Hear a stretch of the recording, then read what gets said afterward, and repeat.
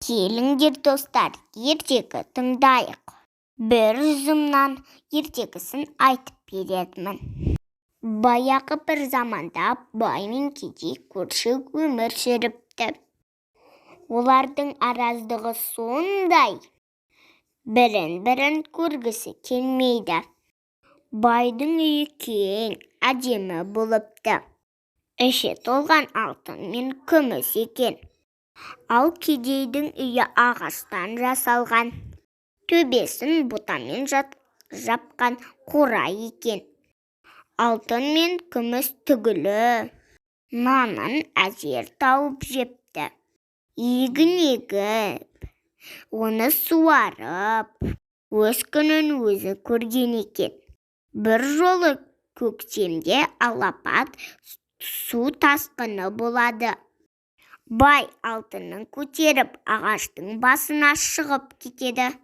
Ал кедей болса, бір үзін нанын қойнына салып, ол да ағаштың басына шығады. Су тасқыны 15 күнге созылыпты. Бір күні қарны ашқан бай кедейге: «Ей, кедей, сен мына бір кесек алтынды ал да, маған бір үзім нан бер» дейді.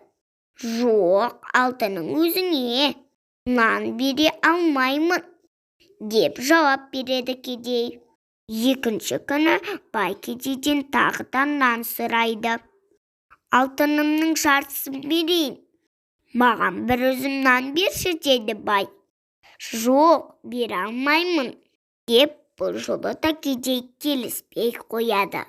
Ақыры аштан өліп бара жатқан соң шыдамай, бай бір үзім нанға барлық алтынын айырбастайтынын айтады. Кедей бәрібір көнбей қояды.